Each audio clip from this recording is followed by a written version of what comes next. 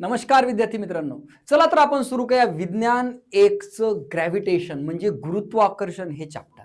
ठीक आहे, अतिशय सोपं आहे. न्यूटनला काय वाटलं, कशा पद्धतीनं गुरुत्वाकर्षणाचा शोध लावला, सर्व डिटेल आपण पाहूया. या अगोदरच आपण या चॅप्टरची ओळख करून घेतलेली आहे. तो व्हिडिओ जर पाहिला नसेल तर सिस्टमॅटिक पाहून घ्या. चला आपण सुरू करूया. काय आहे गुरुत्वाकर्षण? बघा, या चॅप्टर मध्ये आपल्याला काय शिकायचं? या चॅप्टर मध्ये शिकायचं आपल्याला गुरुत्वाकर्षण हेच आपल्या चॅप्टरचं नाव आहे, बरोबर आहे ना? मी हजार वेळेस काय सांगितलं की चॅप्टरच्या हेडिंग मध्येच संपूर्ण अर्थ लपलेला असतो. तर बघा, यामध्ये आपल्याला काय काय पाहायचे लक्षात घ्या. या चॅप्टर मध्ये आपल्याला सगळ्या गोष्टी कव्हर करायच्या. त्यातली पहिली गोष्ट आपल्याला कव्हर करायची, गुरुत्वाकर्षण म्हणजे काय, इतकं तुम्हाला कळणार आहे. कसा शोध लावला, काय प्रश्न पडले होते न्यूटनला, आरामशीर पाहायचंय. त्यानंतर वर्तुळाकार गती आणि अभिकेंद्रित बल.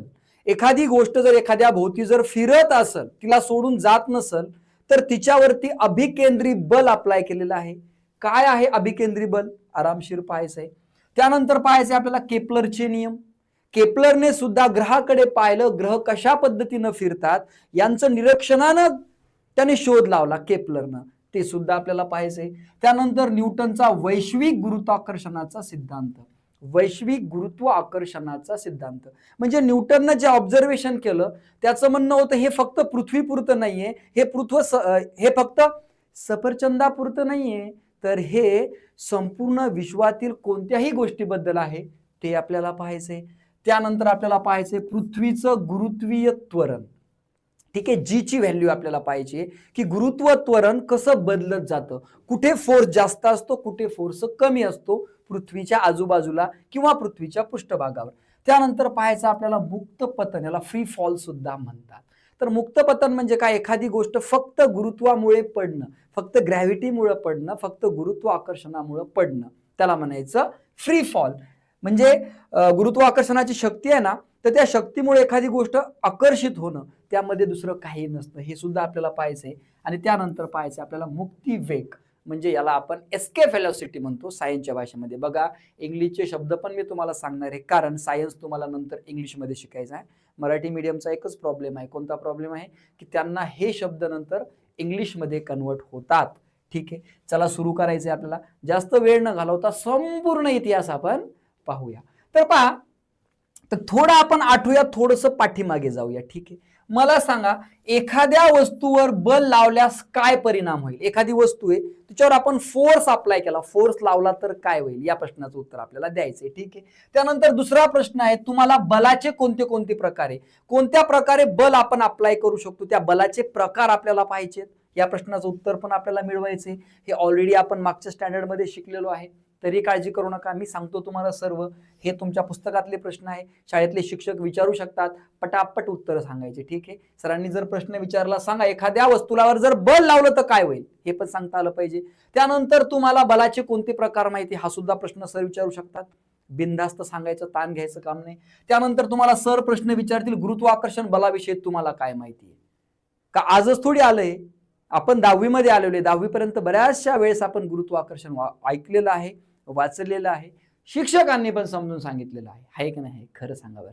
चला याचे उत्तर आपण पाहूया. ठीक आहे, मग एखाद्या वस्तूवर जर बल लावल्यास काय होईल बरं? बऱ्याचशा गोष्टी घडतील. तर बघा, एखाद्या गोष्टीवर जर बल लावलं, एखाद्या वस्तूवर बल लावल्यास खालील परिणाम घडतात. बघा, पहिलं काय, त्याची गती बदलते. गती म्हणजे काय, लक्षात घ्या, स्थिर असलेली वस्तू गतिमान होऊ शकते. फॉर एक्झाम्पल, हे एक रिमोट आहे, याला जर मी बल लावलं, असं बल लावलं तर हे गतिमान होईल, समजतं ना? किंवा हे जर रिमोट मी कोणाकडे फेकलं, आता हे गतिमान आहे, आणि कुणी जर त्याला अडवलं तर त्याची गती काय झाली, थांबली. कळलं तुम्हाला? बल लावल्यामुळं काय होईल, एक तर गतिमान वस्तू म्हणजे स्थिर वस्तू गतिमान होईल आणि गतिमान वस्तू थांबेल, हे होईल पहिलं कारण. समजतं? गती त्याची बदलून जाईल, गतिमान असेल तर थांबल, थांबलेली असेल तर गतिमान होईल. दुसरी गोष्ट म्हणजे काय, चाल बदलती. चाल म्हणजे व्हेलॉसिटी. सांगतो, चाल म्हणजे काय की एखाद्या व्हेलॉसिटी आणि स्पीड. बघा, व्हेलॉसिटी आणि स्पीड मध्ये काय फरक आहे मी तुम्हाला नंतर सांगणार आहे.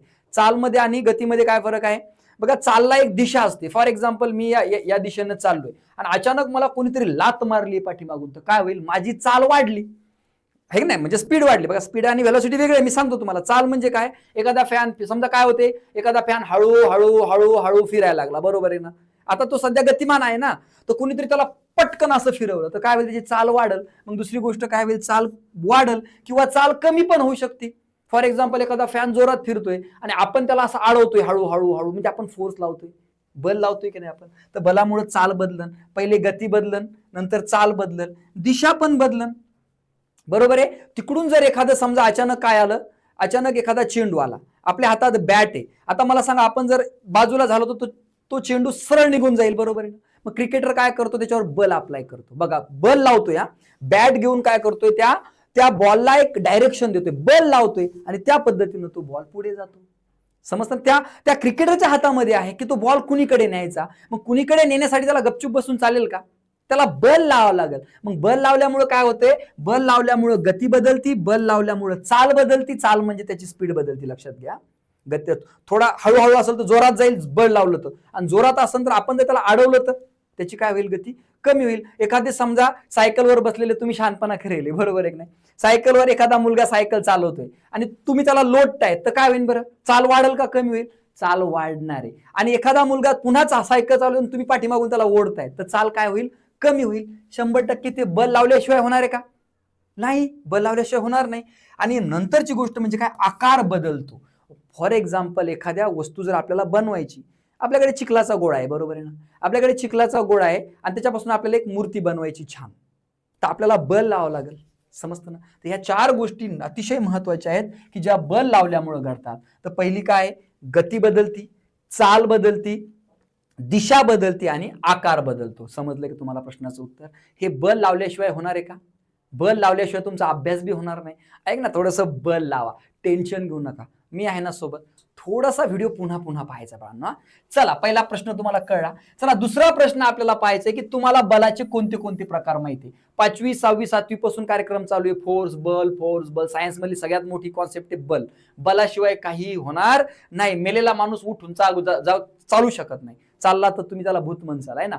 तर काय होईल माहितीये का, तर सगळ्यात मेन काय, स्नायू बल, आपल्या शरीरातील स्नायूद्वारे लावलेले बल. आता मी काय करतो, इकडे तिकडे फिरतोय, म्हणजे बल कोण लावते, स्नायू, मसल्स, है ना, स्नायू बल. दुसरं आहे यांत्रिक बल. एखादी गोष्ट आपल्याला जोरात आपण पळू शकत नाही, आपण मोटरसायकल घेतोय, म्हणजे मोटरसायकलनुसार आपण बल लावून पळतोय. आता बल कोण लावते, मोटरसायकल लावते. मग हे झालं यांत्रिक बल. गुरुत्वीय बल, है ना, गुरुत्वीय बल म्हणजे काय, एखादी वस्तू जर तुम्ही वर फेकली तर ती वर नाही जाणार, गुरुत्व त्याला खाली ओढेल. हे बलाचे प्रकार लक्षात ठेवा. चुंबकाद्वारे लावले जाणारे बल, चुंबकीय बल. एखादं मॅग्नेट आहे तर मॅग्नेटने एखादा खिळा तुम्ही असा आरामशीर उचलू शकता, दुसरीकडे ठेवू शकता, आहे की नाही, त्याला चुंबकीय बल म्हणतात. हे बलाचे प्रकार आहेत. घर्षण बल, फ्रिक्शन बल. आता घर्षण सुद्धा एक बल आहे बरं का, लक्षात ठेवा. फॉर एक्झाम्पल एखाद्या चोपड्या फरशीवर, बघा चोपड्या फरशीवर काय आहे, एखादी वस्तू ठेवलेली, तुम्हाला ओढणं सोपं जाईल, बरोबर आहे, ओढणं काय जाईल, सोपं जाईल. जसं ट्रेन असतं, ट्रेनच्या ज्या पटरी असते तर ती चोपडी असते, बरोबर आहे की नाही, फ्रिक्शन कमी असतं. बघा कमी फोर्समध्ये जास्त पळतं, है ना, फ्रिक्शन फोर्स आहे. ते जर तुम्हाला खडबड एखादं पोतं ओढायचं आहे, ठीक आहे, तुम्हाला एखादं पोतं ओढायचं आहे, ते जर चोपड्या भागावर असेल तर पटकन ओढल्या जाईल. ते जर खडबड भागावर असेल, सिमेंटच्या रोडवर असेल तर ओढणं शक्य नाही. हे सुद्धा एक बल आहे. घर्षण बल काय करतं, रोखून ठेवतं, धरून ठेवतं, ते जाऊ देत नाही. स्थितिक विद्युत बल, स्टॅटिस्टिक, है ना, इलेक्ट्रोस्टॅटिस्टिक फोर्स. म्हणजे उदाहरणार्थ आपण काय केलं, तुम्ही कुठाना केलेलं आहे, पेन घासला आणि अशा पद्धतीने कागदाचे तुकडे पण तुम्ही ओलांडले, बघा तुमचे केस सुद्धा असे वरती येतात, तुम्ही ट्राय करून बघा, है ना, असे केसावरती फिरवा, तर ते अट्रॅक्शन केलं जातं. हे बलाचे प्रकार आहे. हा प्रश्न जर शिक्षकाने विचारला, दनादन बलाचे प्रकार सांगायचे. स्नायू बल, यांत्रिक बल, गुरुत्वीय बल, चुंबकीय बल, घर्षण बल आणि स्थितिक विद्युत बल, त्याला इलेक्ट्रोस्टॅटिक फोर्स हे इंग्लिशमध्ये नाव सुद्धा दिलेले, लक्षात ठेवा. मस्क्युलर फोर्स, मसलचा फोर्स, मेकॅनिकल फोर्स, यंत्रानं लावलेला फोर्स, ग्रॅव्हिटेशनल फोर्स, पृथ्वीनं लावलेला gravitational force, friction force, magnetic force आणि इलेक्ट्रोस्टॅटिक फोर्स हे बलाचे प्रकार आहेत. समजते बाळांनो. चला, तिसरा प्रश्न तुम्हाला विचारले की गुरुत्वाकर्षण बलाविषयी तुम्हाला काय माहिती, काही पण सांगा, जे ऐकलं ते सांगायचं. असा पण प्रश्न शाळेत सर विचारतील, तुम्ही छानपैकी उभं राहायचं आणि सांगायचंय. काय सांगायचं माहितीये का, याचा शोध कोण लावला, म्हणा सर मला माहितीये की गुरुत्वाकर्षणाचा शोध सर आयझॅक न्यूटन यांनी लावला. हे झाला पहिला प्रश्नाचं उत्तर तुमचं. नंतर आकर्षण हे केवळ पृथ्वीवरच नाही, म्हणा बघा पृथ्वीच्या अंगात एक आकर्षण बल आहे, त्याला गुरुत्वाकर्षण म्हणतो. तर हे फक्त पृथ्वीवरच नाहीये बरं का, हे प्रत्येक ग्रहावर, प्रत्येक माणसामध्ये ते बल आहे. समजतं तुम्हाला, प्रत्येक वस्तूच्या अंगामध्ये त्या आहेत आणि प्रत्येक वस्तू एकमेकांकडे खेचते. पण पॉवर काय आहे? कमी आहे. ही गोष्ट लक्षात घ्या. दुसरा प्रश्न कळला तुम्हाला? हे फक्त पृथ्वीच्या अंगात नाही तर जगातील कोणत्याही दोन वस्तूमध्ये आहे. त्या जगातील दोन वस्तू एकमेकांकडे आकर्षित होतात. कळलं का तुम्हाला? त्यानंतर पृथ्वीचे आकर्षण. बघा, गुरुत्वाकर्षणामुळे काय करते पृथ्वी? प्रत्येक वस्तू आपल्या केंद्रकाकडे वळती. कुठं ओढती ती? केंद्रकाकडे. बघा इथं केंद्र असतं, सेंटर. सेंटर कुठं असतं? केंद्र. ही पृथ्वी. आता एखादी वस्तू जर इथं आहे तर ती कशी ओढल? तिला अशी ओढणार आहे इथं. समजलं? एखादी वस्तू इथं आहे तर ती कशी ओढणार आहे? अशी इथं पडणार आहे. ठीक आहे, पृथ्वीवरती. आता काही जाणार नाही ना. समजलं? एखादी वस्तू जर इथं आहे तर इथून ती कशी जाणार आहे? इथं पडणार आहे, इथं केंद्रकाकडे. समजलं आता तुम्हाला? पृथ्वी गोल आहे. तुम्ही कुठेही आले तरी या केंद्रकाकडे, म्हणजे केंद्रात तर काही घुसू शकत नाही आपण, पृथ्वीवरच पडणार ना. समजलं? पण त्या केंद्राच्या दिशेनं. हे सुद्धा तुम्हाला सांगता येईल की ते बल केंद्राकडे असतं. हे पण सांगता येईल. त्यानंतर उदाहरणं द्या. सर म्हणा मी 2-4 उदाहरणं बी सांगतो. बघा, झाडावरून जे फळ पडतं ते गुरुत्वाकर्षणामुळे पडतं. गुरुत्वाकर्षण नसतं तर फळ पडलं नसतं. त्यानंतर चंद्राचं पृथ्वीभोवती फिरणे. बघा, जो चंद्र आहे आपला सनसन पृथ्वीभोवती फिरायला, गुरुत्वाकर्षणामुळे फिरायला. पृथ्वी सुद्धा सूर्याभोवती फिरणे, हे सुद्धा गुरुत्वाकर्षणाचं उदाहरण आहे. समजलं? कोणते पॉईंट सांगायचे तुम्हाला? शोध सांगायचे, आकर्षण सांगायचं, पृथ्वीच्या अंगातलं आकर्षण सांगायचं आणि उदाहरण द्यायचं. बस एवढं जरी सांगितलं तरी गुरुत्वाकर्षणाबद्दल बरीचशी गोष्टी तुम्हाला माहिती असते. माझ्या अंगामध्ये सुद्धा गुरुत्वाकर्षण आहे, पण मी तुम्हाला अट्रॅक्ट करू शकत नाही कारण माझी पॉवर खूप कमी आहे, नाके बराबर आहे. समजलं तुम्हाला? कारण गुरुत्व हे खूप कमजोर फोर्स आहे, खूप वीक फोर्स आहे. बघा, एवढी पृथ्वी असून सुद्धा है ना, किती फोर्स कमी आहे. मी इझिली पद्धतीनं उडी मारू शकतो, है ना, एवढी पृथ्वी असून सुद्धा. त्यामुळे सगळ्यात कमजोर बल, सगळ्यात जे काही है ना कमी बल गुरुत्वाकर्षण असतं. म्हणजे जास्त फोर्स. उदाहरणार्थ मॅग्नेट पहा बरं किती पॉवरफुल असतं. एखादी इतकुसं मॅग्नेट असून बी त्या लोखंडाला बरोबर अट्रॅक्ट करून ठेवतं. वीक फोर्स आहे तो. ठीक आहे, चला इथपर्यंत कळलं. हे प्रश्न आपण क्लिअर केलेले आहेत बाळांनो. समजते तुम्हाला? आशा करतो तुम्हाला हे समजलं असेल. पुन्हा एकदा पहा हा व्हिडिओ. ठीक आहे, त्यानंतर पाहायचं आपल्याला गुरुत्वाकर्षणाचा शोध. आता हिस्ट्रीमध्ये जाऊया आपण. आता आपण जाऊया कशामध्ये? इतिहासामध्ये. बघा, गुरुत्वाकर्षणाचा शोध सर आयझॅक न्यूटन यांनी लावला. झाडावरून खाली पडणारे सफरचंद पाहून या बलाचा त्यांना विचार सुचला. याच्या अगोदर कोणाला विचार सुचला नाही. आपल्याला तर कधी सुचला नाही. आपल्याला कधी वाटलं नाही की आपण बी अभ्यास करावा. असा विचार ज्या दिवशी तुम्हाला सुचेल त्या दिवशी तुम्ही खऱ्या अर्थानं सक्सेस होईल. ज्या दिवशी तुम्हाला असं वाटेल नाही मी पण काहीतरी करू शकतो, मी पण माझ्या कुटुंबाला उभं करू शकतो, त्या दिवशी तुम्हाला तो विचार 100% सुचणार आहे. सुचलेला बरा. तर न्यूटनला हा विचार सुचला. कधी सुचला? सफरचंदाच्या झाडाखाली निवांत बसलेले होते. कोण? न्यूटन. आणि नंतर ते वरतून फळ पडलं आणि नंतर त्यांना ते विचार करायला लागले. बघा काय झालं मग? त्यांना प्रश्न पडले. ते ओढा रे काय झालं यार? त्यांना 3 महत्वाचे प्रश्न पडले. पहा नीट ऐका, हिस्ट्री सांगतोय पूर्ण. बघा, पहिला प्रश्न पडला की सफरचंद सरळ खालीच का पडतं? बघा, हे आपलं झाड आहे सफरचंदाचं. इथून एक सफरचंद खाली पडलं तर ते असं सरळ सरळ सरळ जमिनीवर का पडलं? हे असं या पद्धतीनं का पडलं? इथं बसलेले होते आपले न्यूटन. समजलं? शेवटी ते खाली पडलं. तर सरळच का पडलं? पहिला प्रश्न. बघा, सोपे प्रश्न होते का नाही बरं? हे कुणालाही पडू शकत होते, पण त्या काळात बाकीच्या लोकांचं लक्ष नव्हतं. त्यामुळे अभ्यासाकडे ज्यांचं लक्ष असेल, अभ्यास त्यांच्याकडे लक्ष देईल भविष्यामध्ये. बघा, पहिला प्रश्न, ते तिरके का पडत नाही? एखाद्या वेळेस असं का झालं नाही? हे फळ असं जाता जाता जाता जाता जाता तिरप का नाही पडलं? समजलं? असं का नाही पडलं? असंच का पडलं? समजले? तिसरा प्रश्न पडला, ते क्षितिज समांतर का जात नाही? बघा, क्षितिज समांतर म्हणजे काय? या जमिनीला समांतर रेषा. समजलं तुम्हाला? क्षितिजाला समांतर. आता हे क्षितिज समांतर आहे, लक्षात घ्या. जमीन म्हणजे समांतर असं. तर हे फळ इथून असं का नाही गेलं? समजलं तुम्हाला? असं पण नाही गेलं, असं पण नाही गेलं, फक्त असंच का गेलं? अतिशय पहिलीतल्या मुलाला पडणारे हे प्रश्न आहेत. ठीक आहे, हे न्यूटनला त्यावेळेस पडले. त्यालाच खूप मोठं इन्व्हेन्शन म्हणतात, है ना बाळा? तिथून सुरुवात झाली. हे प्रश्न कदाचित जर पडले नसते तर अजून सुद्धा विज्ञानाचा इतका शोध लागलेला नसता. कदाचित दुसऱ्याला पडला असते, परंतु त्यांना अगोदर पडले. ठीक आहे, पहिला चान्स त्यांनी घेतला. इथपर्यंत कळलं तुम्हाला? 3 प्रश्न. मग आता हे प्रश्न पडले तर मग याची उत्तर शोधणं पण गरजेचं होतं ना. असं थोडी की आता प्रश्न पडले की झाले. आता मग ते उत्तर शोधायला लागले. आता उदाहरणार्थ एखाद्या प्रश्नाचा जर तुम्हाला प्रॉब्लेम आला तर तुम्ही उत्तर शोधले पाहिजे, आहे की नाही बाळांनो? तर बघा, न्यूटनचा निष्कर्ष, न्यूटनचं कन्क्लुजन, न्यूटननं काय निष्कर्ष काढला याच्यावरून की हे असंच का घडलं? हे न्यूटननं काय निष्कर्ष काढला याच्यावरून? उदाहरणार्थ तुम्ही निष्कर्ष काढत नाही का रे, हा मुलगा इथं का बरं येत असेल? या गल्लीमध्ये का फिरतोय हा मुलगा? मग तुम्ही निष्कर्ष काढतात, नाही गाड्या याचा मित्र आहे इथं, हा मित्राला भेटायला येतोय, आहे ना. तुम्ही निष्कर्ष काढता, यार याच्या बॅगमध्ये एवढं मोठं काय दिसतंय, याचा बॉल असू शकतो, असे निष्कर्ष तुम्ही काढतात. मग न्यूटनला जे प्रश्न पडले त्याचे त्यांनी काढले निष्कर्ष. कसे निष्कर्ष काढले पहा बरं. त्यांचं काय म्हणणं होतं, पृथ्वी सफरचंदाला स्वतःकडे आकर्षित करते. पहिलं काढलं त्यानं. हे सफरचंद पृथ्वीवरच का पडलं? कारण पृथ्वीनं सफरचंदाला आकर्षण केलं. पहिला प्रश्नाचं उत्तर कळलं. या आकर्षण बलाची दिशा पृथ्वीच्या केंद्रकाकडे आहे. बघा, सगळी पृथ्वी तर त्यावेळेस न्यूटननेही पाहिलेली नव्हती, पण त्यांचं काय म्हणणं आहे, दुसरा निष्कर्ष काय काढला, हे झाड येत, थोडंसं मोठं काढतो मी, ठीक आहे, हे केंद्र आहे, नीट ऐका. आता झाड असं बी असू शकतं कारण पृथ्वी गोल आहे. आता गोल एखादा चेंडू घेतात तर चेंडूवर झाडं काढलं तर काय सरळ थोडी राहणार आहे. प्रत्येकाला पृथ्वी सरळ दिसते, पण सरळ तशी नाही, ती खूप मोठी आहे. मग इथं झाड होतं, बरोबर आहे ना. तर मग हे सफरचंद कोणाच्या दिशेनं पडलं? या केंद्रकाच्या दिशेनं पडलं. लक्षात घ्या. पहिलं त्याचं निष्कर्षण त्यानं काय काढलं, लोकांना काय सांगितलं बघा, पृथ्वीनं सफरचंदाला खेचलं, आकर्षित केलं, बरोबर, पहिली गोष्ट. पण कोणत्या दिशेनं आकर्षित केलं? केंद्रकाच्या दिशेनं. हे झाड जर इथं असतं समजा असं, तर इथून जर सफरचंद पडलं असतं इथून, तर हे असं असं असं इथं पडलं असतं. कोणाच्या दिशेनं? केंद्रकाच्या दिशेनं. दुसरी गोष्ट त्याच्या लक्षात आली. आणि तिसरी गोष्ट काय लक्षात आली, सफरचंद झाडावरून पृथ्वीच्या केंद्रकाकडे खेचले गेल्यामुळे ते क्षितिज लंब रेषेत पडते. क्षितिज लंब रेषा म्हणजे काय?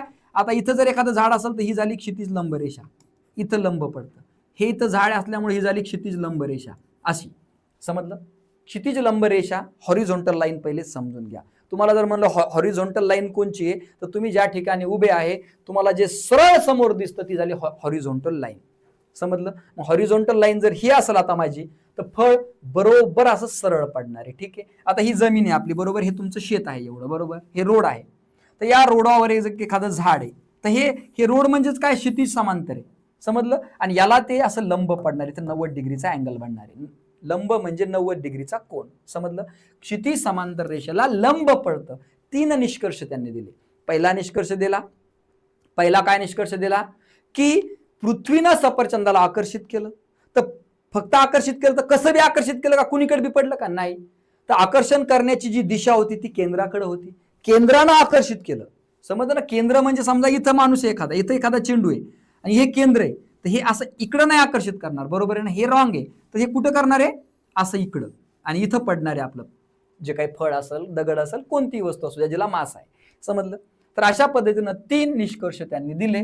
आणि ते खेचल्यामुळे त्यांनी कसे खेचले, जे क्षितिज समांतर जी रेषा आहे तिला लंब. समजलं? आपण लंब कसा काढतो? हे असा, हे क्षितिज समांतर रेषा आणि ही आपली पडण्याची दिशा. समजलं? तर या पद्धतीने त्यांनी निष्कर्ष काढले. बघा, त्यानंतर पहा सेंटर ऑफ मास. आता एवढं तर लक्षात आलं, एवढं त्यांनी समजून सांगितलं. काय 3 प्रश्न पडले, 3 प्रश्नाचे उत्तर भेटले. आता सेंटर ऑफ मास कळलं का? पृथ्वीचे केंद्र. बघा, केंद्र एक पॉवरफुल आहे. केंद्र काय? पॉवरफुल आहे. सगळी शक्ती कुठे? इथं केंद्रामध्ये शक्ती आहे सगळी. समजलं ना? हे बाकीची त्याचं एक्स्ट्रा मास आहे. जसं एखादं मुख्यमंत्री असतो त्याच्याकडे पॉवर असते सगळी. समजलं ना? तसं केंद्र, पृथ्वीचं केंद्र कोणत्याही वस्तूचं एक केंद्र असतं. समजलं? त्या केंद्राकडे आकर्षित, त्याला सेंटर ऑफ मास म्हणतात. आणि तिकडं आकर्षण होत असतं. फॉर एक्झाम्पल मी काय एक वस्तू आहे. सपोज मी जर स्पेसमध्ये गेलो, सपोज माझ्या अंगात पॉवर आहे, तर माझं एक सेंटर ऑफ मास काढावं लागेल की ज्या ठिकाणी बरोबर मध्यभाग येतो, सगळं बॅलन्स त्या ठिकाणी होईल, अतिशय मध्यभाग. फॉर एक्झाम्पल असं जर आपण एक काय घेतलं, एक रेक्टँगल घेतला, तर याचं सेंटर ऑफ मास, ही एक सेंटर लाईन आणि ही सेंटर लाईन इथं त्याचं केंद्र बनणार आहे. समजलं? तर एक प्रत्येक वस्तूला एक सेंटर ऑफ मास असतं, म्हणजे पृथ्वीचं केंद्र असतं. कळलं तुम्हाला? कोणत्याही वस्तूचं केंद्र असतं. तर पृथ्वीचं केंद्र, पृथ्वी गोल असल्यामुळे कुठं आलं? बरोबर सेंटरमध्ये आलं. ठीक आहे. बघा, न्यूटनला समजलं, न्यूटनला लक्षात आलं. आता तुमच्या लक्षात आलं नाही काय माहिती, न्यूटनच्या लक्षात आलं, पण तुमच्या आलं का मला सांगा. पृथ्वी सफरचंदाला स्वतःकडे खेचत आहे. पृथ्वी ही खेचण्याची शक्ती पृथ्वीच्या केंद्रकाकडे आहे. ही शक्ती कोणाकडे आहे? या केंद्रकाकडे आहे. लक्षात घ्या. बाकी कोणाकडेच नाही. केंद्र आकर्षित करायला लागलं म्हणून इकडली वस्तू इकडे पडायला लागली, इकडली वस्तू इकडे पडायला लागली. नाही तर ही वस्तू इकडे कुठे बी पडली असती. केंद्रकाकडे पडती, म्हणूनच कोणतीही गोष्ट वरून सोडली की ती सरळ रेषेत खाली जमिनीवर पडते. पण सरळ जमिनीत कुठं पडती ती, हे जर मधातलं कॅन्सल केलं तर ती डायरेक्ट इथलं जर मोठा खड्डा केला आपण पूर्ण तर ती डायरेक्ट त्या केंद्रकाकडे जाणार आहे, ना की इकडं ना की तिकडं. जसं मी हे पेन जर सोडला वरतून तर हा केंद्रकाकडे जाणार आहे. मी असा बी केला तरी तो असाच पडणार आहे. समजलं तुम्हाला? त्याची डायरेक्शन वेगळी नसणार आहे. सेंटर ऑफ मास कळलं, पृथ्वीचं केंद्र, आणि पृथ्वीच्या केंद्राकडे शक्ती आहे. प्रश्न विचारतील सर तुम्हाला, हे न्यूटनला समजलं. किती सोपं आहे रे. आता काय केलं न्यूटननं, मग न्यूटन म्हणला हे तर पृथ्वीचं झालं, पण जगातल्या कोणत्याही वस्तूकडे हे आकर्षण असेल, हे फक्त सफरचंदापुरतं. बघा त्याने जगाचा विचार केला. आता त्याने हे सफरचंदाचं झाड होतं, बरोबर आहे, तर हे सफरचंद आहे आणि ही पृथ्वी आपली खाली, बरोबर आहे, खाली खूप मोठी पृथ्वी मी काढू शकत नाही, आणि हे सफरचंद खाली पडलं. तर त्यानं टेस्ट, जसं आपण एखादा भात शिजला का नाही शिजला कशावर पाहतो माहिती आहे का? एक इतका मोठा भाताचं बघून असतं काय, मम्मी डायरेक्ट असा हात नाही घालत त्या बघून्यात शिजला का नाही शिजला. तर ती काय करते, एक छोट्याशा चमचामध्ये 1-2 शीत घेते आणि ते शीत दाबून पाहतात, है ना. तांदूळ दाबून पाहिला की कळत अरे शिजला शिजला भात. मजा आली की नाही. मग न्यूटननं काय केलं, फक्त झाड आणि सफरचंद आणि पृथ्वीन सफरचंदच पाहिलं, पण तो म्हटला नाही नाही नाही नाही नाही नाही, हे फक्त सफरचंदापुरतं पृथ्वीपुरतं मर्यादित नाही. त्याने जगाच्या युनिव्हर्सच्या लेवलला विचार केला. युनिव्हर्स म्हणजे विश्व. आता विश्व किती मोठे तुम्हाला माहिती आहे का? विश्वमध्ये कोण आहे? आपण आहे. आपल्यामध्ये आपला तालुका आहे, समजतं ना, आपल्याहून आपला तालुका आहे, तालुक्यामध्ये आपला जिल्हा आहे, जिल्ह्यामध्ये महाराष्ट्र आहे, महाराष्ट्रामध्ये देश आहे, बरोबर आहे ना. आता असे देश किती आहेत लक्षात घ्या. मग आपली पृथ्वी तयार झाली, खंड तयार झाले, खंडावून पृथ्वी तयार झाली आहे की ना. पृथ्वी आपल्या कशामध्ये, एक सोलर सिस्टम मध्ये, सौर मंडलामध्ये असे लाखो करोडो अरबो सोलार मंडल पासून एक गॅलेक्सी बनती है ना. त्याला आपण काय म्हणतो, गॅलेक्सी म्हणतो. आणि अशा गॅलेक्स्या मिळून एक युनिव्हर्स बनतं, समजलं ना. आणि असे युनिव्हर्स पण असंख्य आहेत, म्हणजे आपण नाके बराबर आहे ना. पण त्यांचं म्हणणं हे फक्त एका एकट्या पृथ्वी तर खूप छोटी आहे, पृथ्वी तर काहीच नाहीये पूर्ण युनिव्हर्समध्ये, है ना. आपल्याला काही मोठं समजलंच नाही पाहिजे, आपण खूप छोटे आहेत, है ना. आपण समजलं पाहिजे छोटे, मला अभ्यास जास्त करायचा, मला खूप शिकायचं है ना, असा आपण विचार केला पाहिजे. तर मग त्याचं म्हणणं होतं या संपूर्ण जगावरचा त्याने विचार केला, त्यालाच म्हणतात वैश्विक विस्तार, ग्लोबल एक्सपॅन्शन. ते म्हटलं आता इथं नाही, जर मला प्रॉब्लेम आहे तर जगाला प्रॉब्लेम आहे ना. मला जर हिंमत नाही माझ्या अंगात तर जगातल्या बऱ्याचशा लोकांमध्ये हिंमत नाही, है ना. माझं जर काही चुकत असेल तर जगाचं बी काहीतरी चुकतंय, बरोबर आहे ना. जसं सगळ्यांचे हार्ट, सगळ्यांचं ब्रेन सारखेच आहे, असा त्याने विचार केला. त्याला म्हणायचं वैश्विक एक्सपेन्शन, है ना, वैश्विक विस्तार. मजा आली की नाही बाळांनो, आहे की नाही. आता ते बघा जगामध्ये त्यांनी कसा विचार केला. युनिव्हर्स, जग नाही, जग म्हणजे लय खूप मोठे आहे. तर त्यानं ग्रह तारे मोठमोठे पाहिले. मग काय लक्षात आलं बघा, न्यूटनने असा विचार केला की जर हे बल सफरचंदावर कार्य करते तर ते पृथ्वीपासून दूर असणाऱ्या चंद्रावरही कार्य करत असेल का. मग आता चंद्र आहे दूर, याच्यावर कार्य करत असेल का. हळूहळू बघा वाढायला गेला तो. मग चंद्रावर बी हे बल असेल. हे चंद्रच नाही, चंद्रापेक्षा अजून एखादा दूरचा ग्रह असेल त्याच्यावर बी असेल. असा तो आता विचार वाढवायला लागला. तुम्ही पण तुमचे विचार आता वाढवायला लागायचे, स्वतःला प्रश्न पडायला लागायचे बेटा, ठीक आहे. तसेच हे बल सूर्य, इतर ग्रह आणि लांबच्या खगोलीय वस्तूवरही प्रयुक्त होत असेल का, असा प्रश्न पडला. हे बघा त्यांनी सिद्ध नाही केला अजून. त्याचं म्हणणं हे जर सफरचंदावर आहे पृथ्वीचं बल तर चंद्रावर बी असेल, दुसऱ्या ग्रहावर पण असेल, आपल्या सोलर सिस्टम मधल्या. नाही तर असा एखादा खूप दूर ग्रह आहे त्याच्यावर पण असायला पाहिजे, किंवा असू शकतं का, आपण चेक करून पाहू, है ना. तुम्ही पण चेक करून पाहता ना. तर पहा काय झालं मग. तर मग त्याने असा विचार केला, काय विचार केला, असा विचार केला की आता आपण कसं चेक करणार, कसं पाहणार आपण की नेमकं सफरचंद आणि पृथ्वीपुरतं हे मर्यादित नाहीये, तर हे आहे मर्यादित संपूर्ण जगातील युनिव्हर्स मधील वस्तू सोबत, खगोल ग्रहासोबत. तर पुढच्या पाठामध्ये मग आपल्याला तेच पाहायचंय, वर्तुळाकार गती आणि अभिकेंद्री बल. आणि पृथ्वीचा विचार न करता विश्वाचा विचार केलेला आहे बघा. तर पुढच्या पाठामध्ये आपल्याला काय पाहायचंय, पुढच्या टॉपिक मध्ये आपल्याला काय पाहायचंय, तर बघा वर्तुळाकार गती काय पाहायचं आपल्याला, वर्तुळाकार गती आणि अभिकेंद्री बल. म्हणजे सूर्याभोवती सगळे ग्रह गोलच फिरतायत, कळलं का तुम्हाला, सगळे गोलच फिरतायत, चंद्र बी गोल फिरतोय, सगळंच गोल फिरतंय, म्हणून ते आपल्याला पाहायचंय. त्यांनी विचार केला चंद्रावरचं बल कसं असेल, है ना, मंगळ कसा फिरतोय ते विचार केला, विश्वाचा विचार केला. केपलरनं सुद्धा नियम मांडले, केपलरला बी कळलं की गोलच का फिरतायत, ते सुद्धा नियम आपल्याला पाहायचे. न्यूटनचा वैश्विक गुरुत्वाकर्षणाचा सिद्धांत त्यांनी मांडला, सूत्र तयार केलं, त्या सूत्रानुसार आपल्याला फोर्स काढता येतो. आणि त्यानंतर पृथ्वीचे गुरुत्व त्वरण हे आपल्याला आता लगेच पाहायचंय पुढच्या टॉपिकमध्ये. आता हे मागचं सगळं रिव्हिजन करून ठेवा. हे रिव्हिजन झाल्याच्या नंतर पुढचा टॉपिक तुम्हाला चांगला समजणार आहे. एक टॉपिक क्लिअर केल्याशिवाय दुसरा टॉपिक करायचा नाही. 3 वेळेस हा व्हिडिओ पाहायचा आहे. ठीक आहे. भेटूया पुढच्या टॉपिकमध्ये. जय हिंद, जय महाराष्ट्र.